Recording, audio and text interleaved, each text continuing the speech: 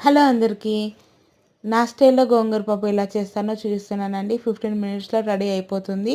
Working ఉమెన్స్‌కి ఈ video బాగా use అవుతుంది. 2 గ్లాసుల కందిపప్పు, కొన్ని పచ్చిమిరపకాయలు, కొన్ని ఆనియన్స్, కొంచెం కొత్తిమీర, కొంచెం కరివేపాకు, నీట్‌గా వాష్ చేసి పెట్టుకున్న గోంగూరను వేసుకుంటున్నాను. గోంగూరని కాడలేతగా ఉన్నంత వరకు తెంచుకున్నానండి నేను, పప్పు పుల్లగా ఉంటుందని.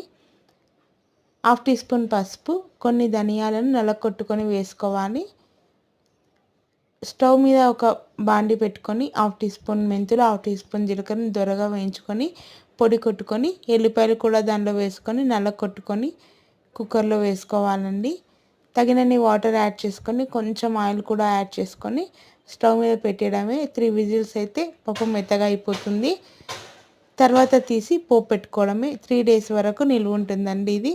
వీడియో నచ్చితే కనుక లైక్ చేయండి.